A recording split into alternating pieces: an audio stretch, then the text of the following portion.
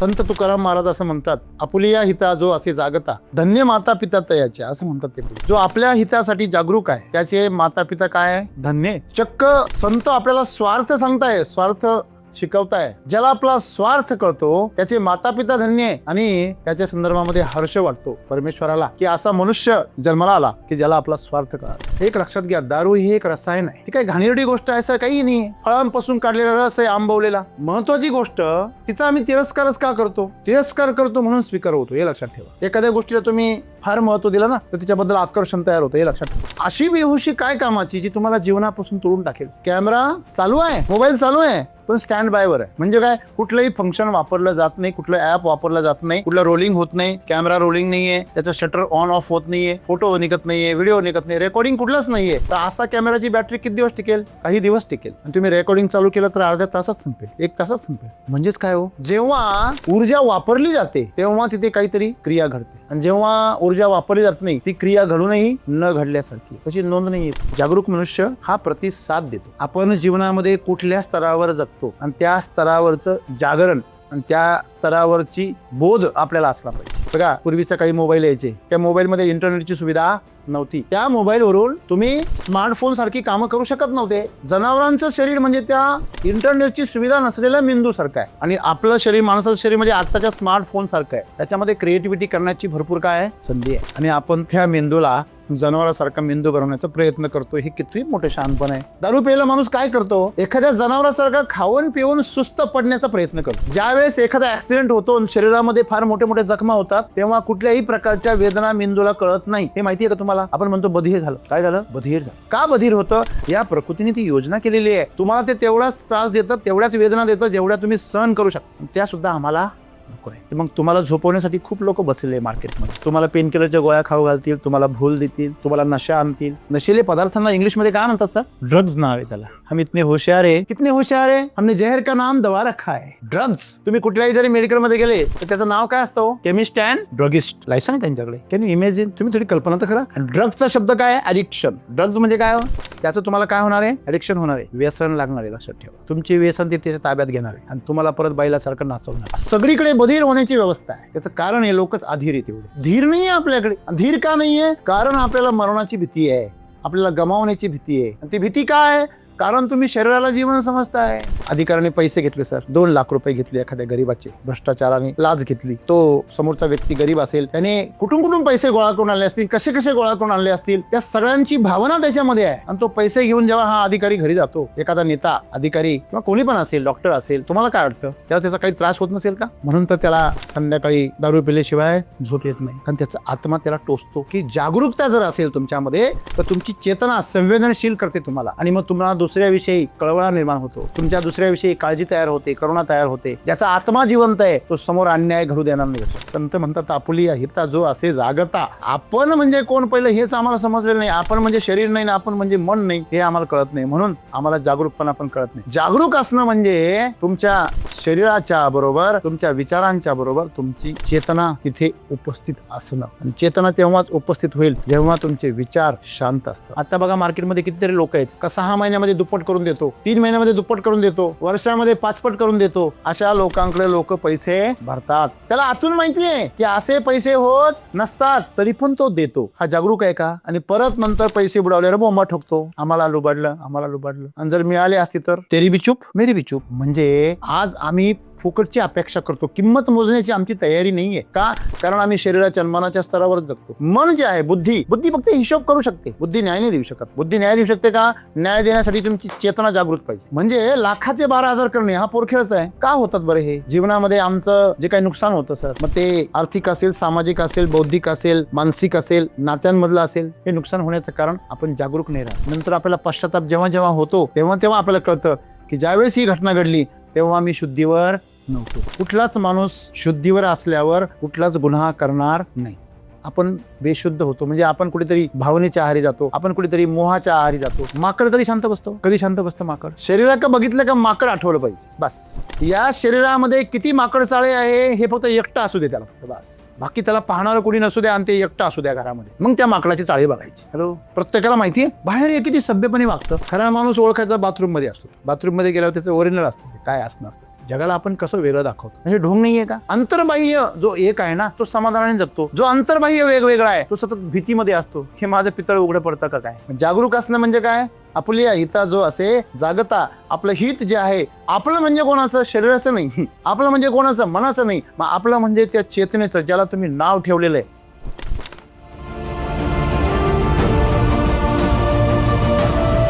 आपण एखादं काम करतोय, लक्ष देऊन देऊन फोकस करून करून आपल्याला कंटाळा येतो आणि मन किंवा बुद्धी ऑटोमॅटिक त्याच्यावरून बाजूला सरकते. आपण पुन्हा त्याच्यावरती आणायचा प्रयत्न करतो, पुन्हा मन पळतं. तर ह्या क्रियेमध्ये आपल्या एनर्जीचा खूप मोठा लॉस होतो. तर सगळ्या गोष्टी जागरूकपणे कशा पद्धतीने आपण करू शकतो आणि याच्यामध्ये आपण कंटिन्युटी कशी आणू शकतो, हा माझा आजचा प्रश्न आहे. अजागृतपणे आणि जागृतपणे केलेल्या कृतींमध्ये काय फरक असतो? आणि त्यावर दुसरा प्रश्न असा आहे, जर जागृतपणे आपण एखादे काम करतोय, तर त्यातून आपल्या जीवनात कुठले सकारात्मक बदल घडून येतात? मला विचारायचं की अजागरूक आणि जागरूक यामध्ये मुख्य कोणता फरक आहे? मित्र हो, संत तुकाराम महाराज असं म्हणतात, आपुलिया हिता जो असे जागता, धन्य माता पिता तयाचे, असं म्हणतात ते पुढे जाऊ. जो आपल्या हितासाठी जागरूक आहे त्याचे माता पिता काय आहे? धन्य. अरे चक्क संत आपल्याला स्वार्थ सांगताय, स्वार्थ शिकवताय. ज्याला आपला स्वार्थ कळतो त्याचे माता पिता धन्य आहे आणि त्याच्या संदर्भामध्ये हर्ष वाटतो परमेश्वराला की असा मनुष्य जन्माला आला की ज्याला आपला स्वार्थ कळाला. मग आपल्या हिता संदर्भामध्ये जागरूक असणं म्हणजे काय? एखादा दारू पिलेला मनुष्य आहे, तो स्वतःच्या बद्दल जागरूक असतो का? नाही, तो जाणीवपूर्वक बेहोश झालेला असतो. त्याला जागरूकता टोचते, त्याला त्याचं मन खातं, त्याला त्याचं शरीर टोचतं, बोचतं. कोण दारू पितं बरं? जे श्रमपरिहार करण्यासाठी दारू पितात, म्हणजे खूप अंग मेहनत करतात, प्रचंड त्यांचं अंग ठणकतं. मग काही जण गोळ्या खातात पेन किलरच्या, तर काही जण दारू पितात. एक पेग मारला की संपला का? मुळात एक लक्षात घ्या, दारू ही एक रसायन आहे. ती काही घाणेरडी गोष्ट आहे असं काही नाही. फळांपासून काढलेला रस आहे, आंबवलेला. महत्वाची गोष्ट, तिचा आम्ही तिरस्कारच का करतो? तिरस्कार करतो म्हणून स्वीकार होतो, हे लक्षात ठेवा. एखाद्या गोष्टीला तुम्ही फार महत्व दिलं ना, तर तिच्याबद्दल आकर्षण तयार होतं, हे लक्षात ठेवा. आणि म्हणून दारूमुळे नेमकी काय होतं, ती शरीरामध्ये गेल्यानंतर तुमच्या शरीरामध्ये जे लहान मेंदूचं कार्य आहे त्याच्यावरती प्रभाव टाकते. आणि जे बाह्य चेतन मन आहे आपलं, ते बाह्य चेतन मनाला काय करते? ती बेशुद्ध करते, निष्क्रिय करते. तुम्हाला गंमत म्हणून सांगतो, अमेरिकेमध्ये एका राष्ट्राध्यक्षाची बहीण एका विचित्र आजाराने ग्रस्त होती. आपल्याकडे मिरगी म्हणतात ना, चक्कर येणे, तळफडणे, आणि तिला कंट्रोल करणं अतिशय अवघड होऊन जायचं. तिला सतत भुलीचे इंजेक्शन द्यावं लागायचे, झोपेच्या गोळ्या द्यावा लागायच्या, सतत तिला शांत बसवण्यासाठी फार प्रयत्न करावा लागायचे, तिला बांधून ठेवावं लागायचं. एका शास्त्रज्ञाने त्या प्रेसिडेंटला सांगितलं की मी हिला बरं करतो, मला फक्त परवानगी द्या. त्यांनी परवानगी दिली सर, आणि त्याने काय नाही, फ्रंट लोब कट केला समोर, ज्या ठिकाणी माणसाची निर्णय घेण्याची क्षमता आहे, ज्या मेंदूच्या केंद्रामध्ये माणसाची विचार करण्याची क्षमता आहे, ते जे निर्णय घेणारं आणि विचार करणारं जे केंद्र होतं, त्याच्यामध्ये त्याने चाकूने कट मारले आणि ते त्यांनी निकामी करून टाकलं. ते केंद्र निकामी झाल्याबरोबर ती जी स्त्री होती, महिला, ती एकदम शांत झाली. अशी शांत झाली की तिच्या सगळ्या क्रिया बंद झाल्या. ती आता कोणाला त्रास देत नाही, जिवंत आहे पण ती कोणाला त्रास देत नाही. तुम्हाला आश्चर्य वाटेल मित्रांनो, त्या शास्त्रज्ञाला नोबेल पारितोषिक मिळालं. पुढे जाऊन जेव्हा त्याच्यावर संशोधन झालं तेव्हा असं लक्षात आलं, अरे हा वेडेपणा आहे. म्हणजे तुमच्या शरीरामधला एखादा अवयव जो तुम्हाला त्रास देतोय का, तर तुम्हाला तो कंट्रोल होत नाहीये, त्याचा वापर कसा करावा हे कळत नाहीये, म्हणून तुम्ही त्याला काय करता? नष्ट करता. मग हळूहळू तुमचं एक एक इंद्रिय जर खराब झालं, तुम्ही मला हे कापून टाका, हे काम करत नाही, हे कापून टाका. जर माणसाचा मेंदू जर निष्क्रिय झाला तर त्याच्या आसण्याला पण काय किंमत आहे. तो पूर्वी क्रिया तर करत होता, त्याचा मेंदू काम तर करत होता, आता तो काम करायचंच बंद झाला. अशी बेहोशी काय कामाची जी तुम्हाला जीवनापासून तोडून टाकेल. आणि नंतर अशा प्रकारच्या 4-5 शस्त्रक्रिया झाल्यानंतर जगामध्ये अशी शस्त्रक्रिया परत झाली नाही. नंतर सारवासारव करून दुसरे काहीतरी कारणं सांगून ते नोबेल पारितोषिक वाचवलं गेलं, भाग वेगळा आहे. आता राष्ट्राध्यक्षांपुढे कोण बोलेल, आहे की नाही. सांगण्याचं तात्पर्य असं आहे मित्रांनो, की जागरूक राहणं म्हणजे काय हो, म्हणजे आत्ता जे घडतंय त्याचं साक्षीदार म्हणणं. बऱ्याच वेळा आपण फक्त उभे असतो शरीराने, आपलं मन कुठेतरी भरकटत असतं, काहीतरी विचार चालू असतात. आपण सर म्हणतो काय रे, काय गणगण चालू आहे. समोरचा चहा थंड होऊन गेला तरी पण याचं लक्षात नाही आलं, आणि वरून तक्रार करतो काय थंड असलेला चहा दिला. अरे पण मधल्या काळामध्ये तू कुठे होता, मी ॲब्सेन्स होतो, मी उपस्थित असून सुद्धा गैरहजर होतो. जिथे तुमची ऊर्जा आहे तो इंद्रियाचा भाग किंवा ते तुमची कृती सक्रिय होते, तेवढंच रेकॉर्डिंग होतं फक्त, बाकी रेकॉर्डिंग नाही होत. इथे भरपूर कॅमेरे आहेत, पण ज्या कॅमेऱ्यामध्ये एनर्जी काम करते बघा, एखादा कॅमेरा तुम्ही स्टँड बायवर ठेवला ते बॅटरी उतरते का. अभ्यास करा. कॅमेरा चालू आहे, मोबाईल चालू आहे, पण स्टँड बायवर आहे. म्हणजे काय, कुठलंही फंक्शन वापरलं जात नाही, कुठलं ॲप वापरलं जात नाही, कुठलं रोलिंग होत नाही, कॅमेरा रोलिंग नाही आहे, त्याचं शटर ऑन ऑफ होत नाही आहे, फोटो निघत नाही आहे, व्हिडिओ निघत नाही, रेकॉर्डिंग कुठलंच नाही आहे. तर असा कॅमेराची बॅटरी किती दिवस टिकेल, काही दिवस टिकेल. आणि तुम्ही रेकॉर्डिंग चालू केलं तर अर्ध्या तासात संपेल, 1 तासात संपेल. म्हणजेच काय हो, जेव्हा ऊर्जा वापरली जाते तेव्हा तिथे काहीतरी क्रिया घडते, आणि जेव्हा ऊर्जा वापरली जात नाही ती क्रिया घडूनही न घडल्यासारखी आहे, तशी नोंद नाही आहे कुठे. मग आज आपण जे काही कर्म करतो, जे काही काम करतो, आपल्या हातून जे जे चाललेलं आहे, घडतंय आज, त्या बाबतीमध्ये आपण जागृत आहोत का. आपण समजा श्वास घेतोय, साधी मी पहिल्यापासून सांगतो तुम्हाला, श्वास घेतोय, श्वास आपण का घेतो. लहान मूल पण घेते, त्याला काय माहिती श्वास घेतल्याने काय ऑक्सिजन मध्ये जातो आणि कार्बन डायऑक्साईड बाहेर येतो, हे लहान मुलाला माहिती आहे का. हॅलो, माहिती आहे, पण ते पण जिवंत आहे, तुम्ही पण जिवंत आहे. संपूर्ण प्राणी, अगदी वनस्पती सुद्धा श्वासोच्छ्वास करतात. परंतु प्राण्यांनी कधी सांगितलं का आम्हाला ऑक्सिजन कमी पडला, प्रदूषण झालं, फार आंदोलन केलं का. मी दिल्लीमध्ये मुंबईमध्ये आंदोलन होतं का, कारण ती लोक काय जागरूक आहे. जागरूक मनुष्य हा प्रतिसाद देतो. ऑक्सिजन आहे तो आतमध्ये जेव्हा जातो तेव्हा फ्रेश वाटतं, आणि कार्बन डायऑक्साईड प्रमाण वाढलं की माणसाला डल वाटतं, कारण ऑक्सिजन हा प्राणवायू आहे, त्यांनी प्राण तुमचा तेजस्वी होतो. हे प्रदूषण आम्हाला कळतं कारण आम्ही जागरूक आहोत. मग आम्हाला नुसतं शरीर जागा असणं म्हणजे जागरूक नाही, लक्षात ठेवा. आपली समस्या काय आहे, आपण शरीराच्या स्तरावर जगतो, म्हणून आम्हाला असं वाटतं की मी काय आहे, जागरूक आहे. आपल्याला हे कळणं गरजेचं आहे की आपण जीवनामध्ये कुठल्या स्तरावर जगतो, आणि त्या स्तरावरचं जागरण आणि त्या स्तरावरची बोध आपल्याला असला पाहिजे. बघा, जो दारुड्या असतो, दारू पिल्यानंतर त्याचा शरीराच्या स्तरावरचा बोध सुद्धा काय होतो, कमी होतो. मनाचा तर विषय सोडून द्या, तुम्ही त्याला जर विचारलं दारू उतरल्यानंतर काय रे, काय बडबडत होतो तू मगाशी, हां काय शिवाय देत होता कोणाला, काय चाललं होतं तुझं, तू कुठं काय, मी कधी बोललो. म्हणजे त्या नशेमध्ये त्याने जे जे केलं त्याविषयी तो जागृत नव्हता, त्याची चेतना झोपलेली होती पूर्ण, आणि म्हणून त्याने जे जे काही केलं ते कुठलंही रेकॉर्डिंग झालं नाही. खरं तर त्याने दारू त्याच्यासाठीच पिली होती का, त्याला ते रेकॉर्डिंग नको आहे, त्रास होतो त्याला.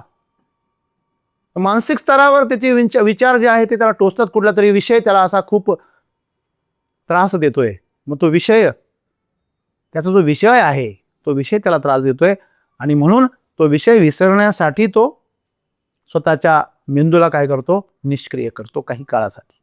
परमेश्वराने तुम्हाला एक सुंदर असा मेंदू दिला जो प्राण्यांना नाही दिला. सर 4 पायाच्या प्राण्यांना तो मेंदू दिला नाही, जो मेंदू माणसाला दिला, विचार करण्यासारखा, संशोधन करण्यासारखा, स्वतःबद्दल विचार करण्यासारखा, स्वतःचा स्वार्थ साधण्यासाठी तो मेंदू जनावराला नाही आहे. जनावराला फक्त दोनच गोष्टीचं फिलिंग आहे, त्याला खाणं पिणं, बच्चे पैदा करणं आणि आराम करणं, बाकी त्याला काही फिलिंग नाही आहे.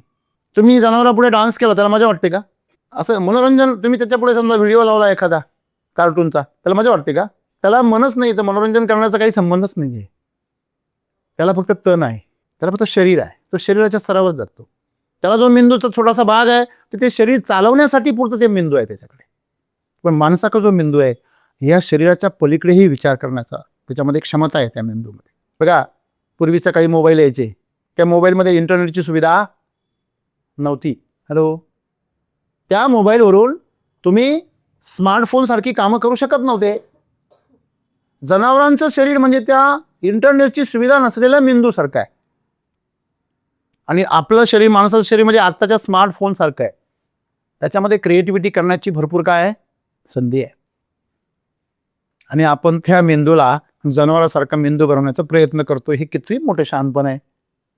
दारू प्यायला माणूस काय करतो, एखाद्या जनावरासारखा खाऊन पिऊन सुस्त पडण्याचा प्रयत्न करतो. बरोबर आहे का चूक आहे? आपण बोलतोय जागरूकता आणि अजागरूकता, चेतनता आणि अचेतनता. आपण उथळ बोलतोय, अजून खोलवर जाण्याची आपल्या अजून वेळ आलेली नाही आहे. आपण वरच्यावर बोलतोय की शरीराचे जागृतपण. आपलं शरीर सुद्धा 100% जागृत नाही आहे. त्याला सुद्धा आपण जेवढी जागृती त्याच्याकडे आहे ती सुद्धा आम्ही झोपवण्याचा प्रयत्न करतो. का तर आम्हाला ते टोचतं. वेदना झाल्यानंतर आम्ही वेदनाशामक गोळ्या खातो, ही पण दारूच आहे. शरीर तुम्हाला अशा वेदना कधीच देत नाही ज्या तुम्ही सहन करू शकत नाही. माहिती आहे तुम्हाला, ज्यावेळेस एखादा ॲक्सिडेंट होतो आणि शरीरामध्ये फार मोठे मोठे जखमा होतात तेव्हा कुठल्याही प्रकारच्या वेदना मेंदूला कळत नाही. हे माहिती आहे का तुम्हाला? आपण म्हणतो बधीर झालं. काय झालं? बधीर झालं. का बधीर होतं? या प्रकृतीने ती योजना केलेली आहे. तुम्हाला ते तेवढाच त्रास देतं, तेवढ्याच वेदना देतं जेवढ्या तुम्ही सहन करू शकता.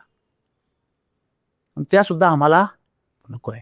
आणि त्या आम्हाला जर नको आहे तर मग तुम्हाला झोपवण्यासाठी खूप लोक बसलेले आहे मार्केटमध्ये. तुम्हाला पेनकिलरच्या गोळ्या खाऊ घालतील, तुम्हाला भूल देतील, तुम्हाला नशा आणतील. नशिले पदार्थांना इंग्लिशमध्ये काय म्हणतात सर? सर, ड्रग्ज नाव आहे त्याला. काय? ड्रग्ज नाव आहे.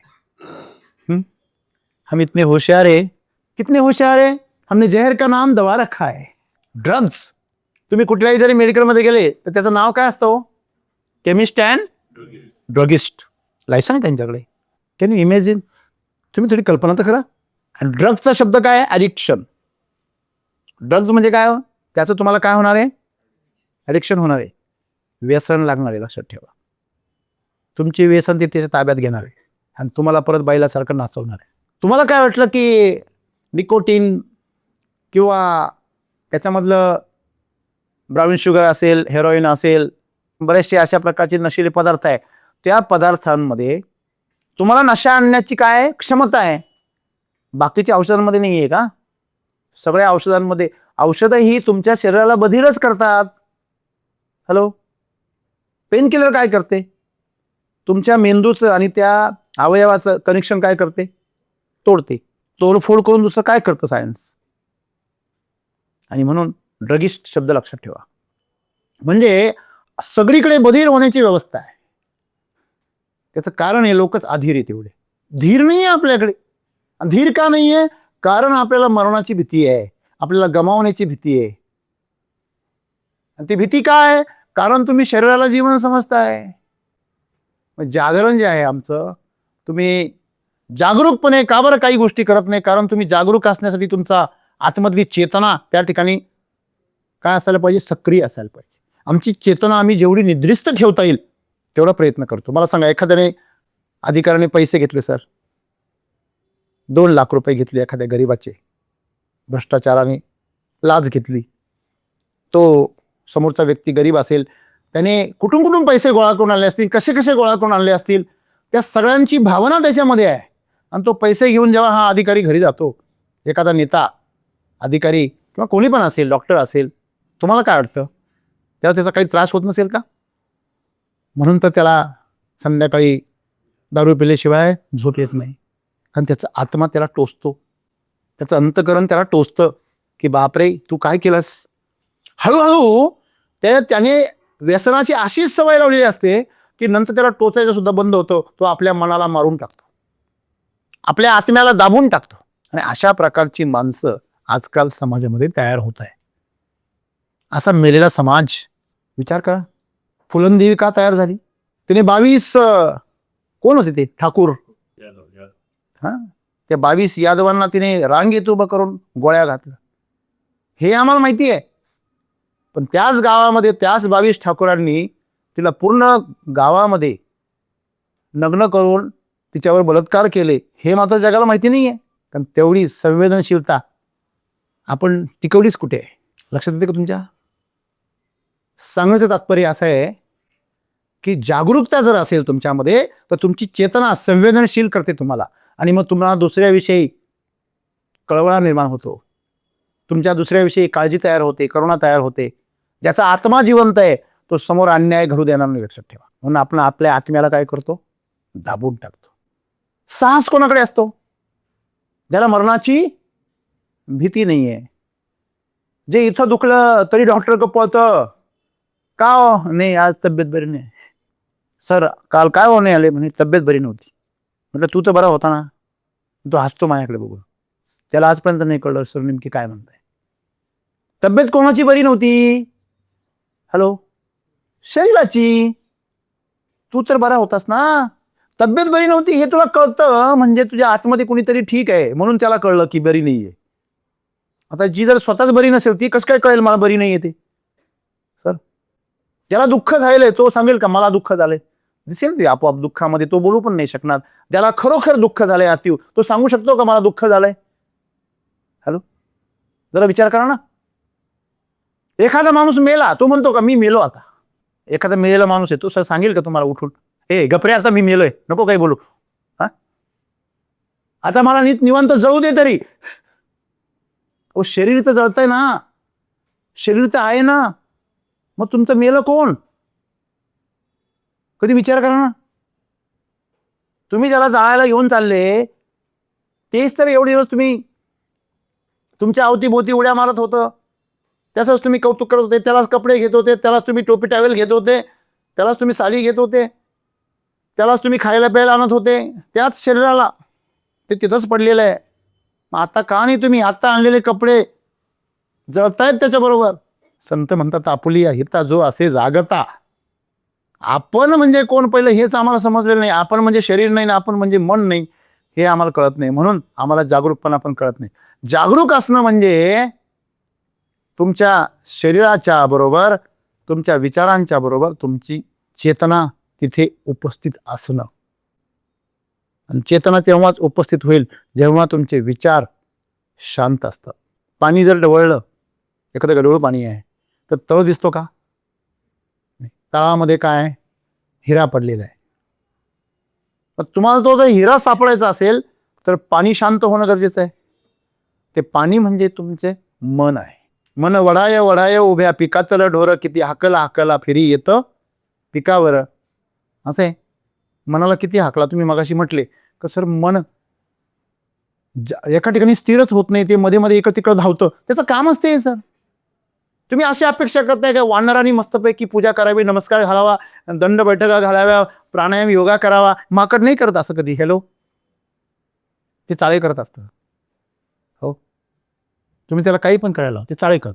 म्हणून मन हे मनाला माकडाची उपमा दिलेली आहे. ते एक विनाकारण उड्या मारत असतं, त्याच्याजवळ फळ असतं इथे, पण ते सोडून देतं, समोरच्या फळाकडे लक्ष देतं.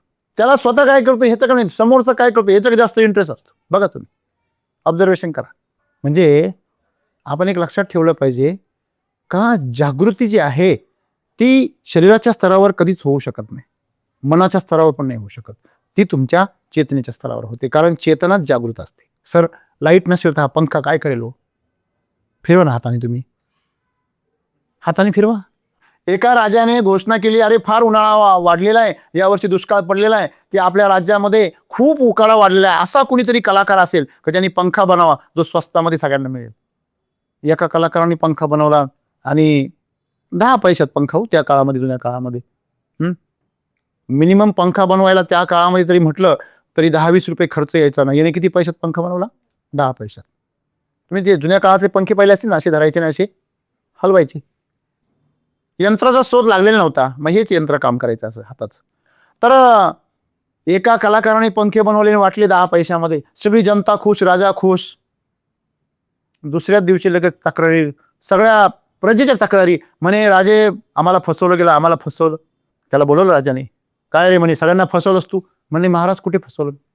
म्हणे का बरं? तू सगळ्यांना जो पंखा दिला तो सगळ्यांचा पंखा मोडला असं लोक म्हणतात. म्हणे महाराज त्यांना वापरता येत नाही. मी त्यांना शिकवलं वापरायचं, पण ते तसं ऐकत नाही. म्हणे काय काय काय शिकवलं तू? तो म्हणे काय नाही, हा पंखा आहे म्हणे. म्हणे हो आहे, पंखा आहे. त्याने असे धरला समोर, तुम्ही असं धरला आणि मुंडका हलवा. म्हणे हवाच लागण्याचा विषय आहे ना, मुंडका हलवा. लोक पंखा हलवतात म्हणे महाराज. प्रश्न हवा लागण्याचा आहे ना. याच्यामध्ये मूर्ख कोण आहे, राजा की तो कलाकार? राजा मूर्ख आहे. का?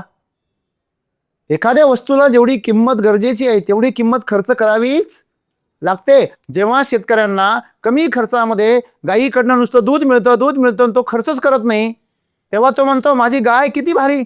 काय रे बाबा, नाही मी फक्त थोडंसं मिनरल मिक्सचर टाकतो आणि थोडीशी दूध वाढवायची पावडर देतो. लोक एवढं खाऊ घालता, मी एवढीच पावडर देतो. 400 किलोची गाय गाडीने 200 किलोवर आणली. गाय आणली तेव्हा किती किलोची होती? 400 किलोची. आता गाय किती किलोवर आली?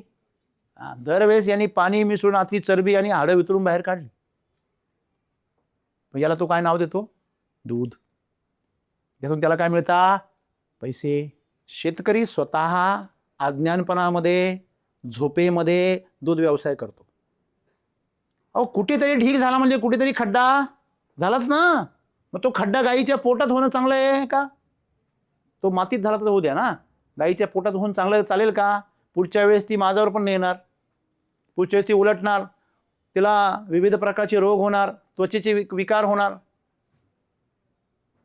जमिनीमधला कस सगळा अशाच प्रकारे शेतकऱ्यांनी काढून घेतला 30-40 वर्षामध्ये. आणि आता म्हणतो वातावरण खराब आहे. वातावरण खराब आहे, तुझी मानसिकता खराब आहे, विकृत आहे. तुला आवळा देऊन काय घ्यायचं आहे? कोळा. अरे मग कर ना, मेहनत कर, त्याला पालन पोषण कर, त्याचा कोळा पण होईल.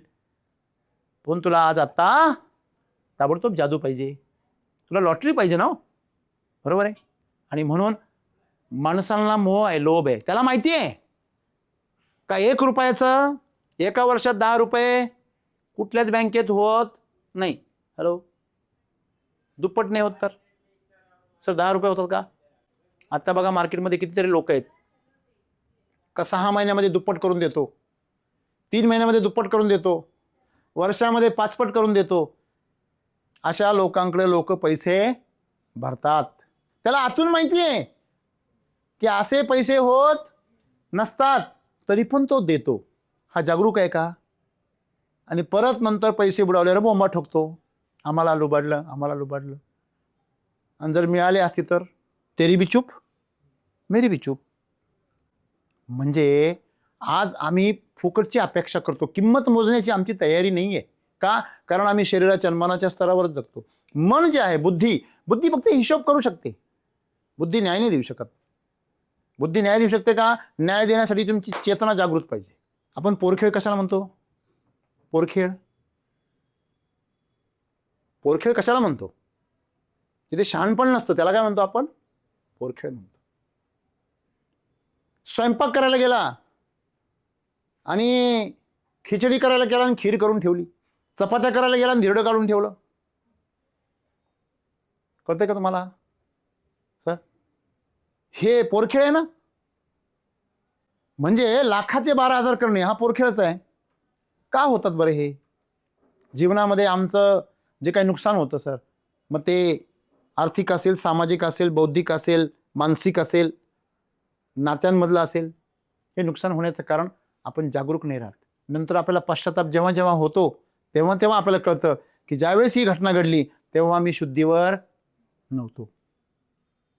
कुठलाच माणूस शुद्धीवर असल्यावर कुठलाच गुन्हा करणार नाही. आपण बेशुद्ध होतो म्हणजे आपण कुठेतरी भावनेच्या आहारी जातो, आपण कुठेतरी मोहाच्या आहारी जातो. आणि म्हणून सद्गुरू काय म्हणताय, जागरूकपणे तुम्ही जे काही करता, मग जागरूक राहण्यासाठी तुम्हाला कुठल्या स्तरापर्यंत पोहोचावं लागेल? चेतनेच्या स्तरापर्यंत. चेतना कधी जागृत होते सर? जेव्हा तुमचं शरीर आणि मन काय असतं, स्थिर असतं. आणि शरीर आणि मन हे स्थिर कधी होतं? माकड कधी शांत बसतो? कधी शांत बसतं माकड? शरीराकडे बघितलं का माकड आठवलं पाहिजे बस. या शरीरामध्ये किती माकड चाळे आहे हे फक्त एकटा असू दे त्याला, फक्त बस. बाकी त्याला पाहणारं कोणी नसू द्या आणि ते एकटा असू द्या घरामध्ये, मग त्या माकडाची चाळी बघायची. हॅलो, प्रत्येकाला माहिती आहे बाहेर हे किती सभ्यपणे वागतं. खरा माणूस ओळखायचा बाथरूममध्ये असतो. तो बाथरूममध्ये गेल्यावर त्याचं ओरिजिनल असतं, ते काय असणं असतं ते. जगाला आपण कसं वेगळं दाखवतो, म्हणजे ढोंग नाही आहे का? अंतर्बाह्य जो एक आहे ना, तो समाधानाने जगतो. जो अंतर्बाह्य वेगवेगळा आहे तो सतत भीतीमध्ये असतो की माझं पितळ उघडं पडतं का काय.